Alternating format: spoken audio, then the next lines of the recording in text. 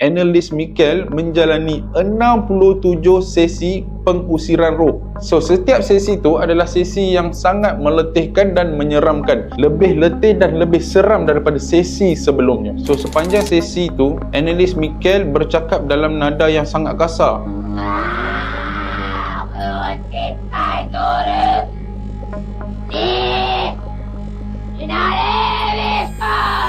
Dan dia cakap yang dia dirasukkan pelbagai jenis roh, kemungkinan dalam lebih kurang 6 roh. Di antaranya adalah roh Lucifer dan juga Judas.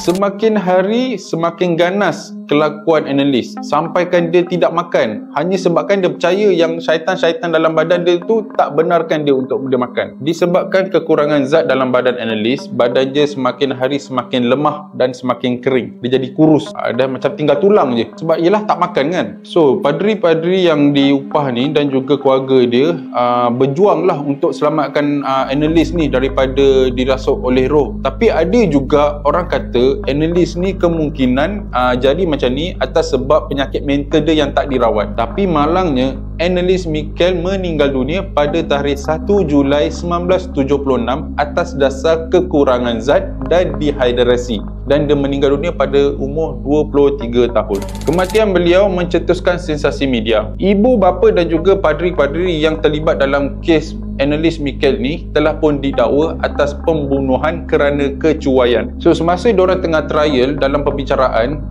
bermula satu konflik di mana ada yang kata kes ni berlaku atas dasar penyakit mental analis, tapi ada juga yang cakap ini berpunca daripada kerasukan roh. So kat situ mula berbahas ataupun berlaku perdebatan di antara dua kepercayaan.